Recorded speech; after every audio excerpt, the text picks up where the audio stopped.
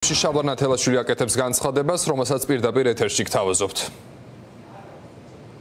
მეგობრებო, საყოველთაოდ ცნობილია, რომ პრეზიდენტ პუტინის დანიშნულმა ჯალათმა ოლიგარქმა ქართული სახელმწიფო დააგირავა კრემლის ლომბარდში, პარალელურად შეუდგა ჩვენი მამულის სრულ არაბიზაციას.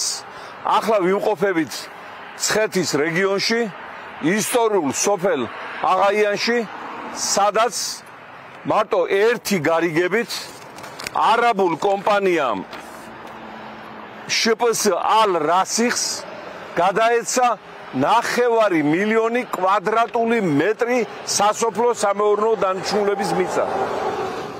უფრო მეტიც, როგორც ჩანს, ეს არ აღმოჩნდა საკმარისი და მთავრობის დადგენილებით კობახიძის ხელმოწერით, რომელიც ახლა გვამშვიდებდა, რომ არაფერი არაბიზაცია არ მიდის და თურმე საქართველოში დემოგრაფიული ბუმია და ყველა გაქცეული ქართველი უკან დაბრუნდა და გადაივსო სოფლები და ქალაქები და ეს დასახლებები თურმე ქართველებისთვის არის განკუთვნილი. აი ახლა რო გვარწმუნება, ურცხვით ავპირით რო გვარწმუნებდა, ხო?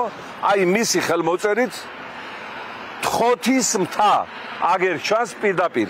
თხოთის მთა, სადაც მე-4 საუკუნეში ქართლის მეფე მირიანმა იხილა სასწაული მზის ანთების სახით დიდი დაბნელების შემდეგ და გამოაცხადა საქართველოში ქრისტიანობა სახელმწიფო რელიგიად. აი მთაზე ასევე ათეული ათასობით კვადრატული მეტრი გაცემულია არაბებზე იმისათვის, რომ აქ აშენდეს მათი დასახლება, სასტუმრო, ინფრასტრუქტურა და ყველაფერი.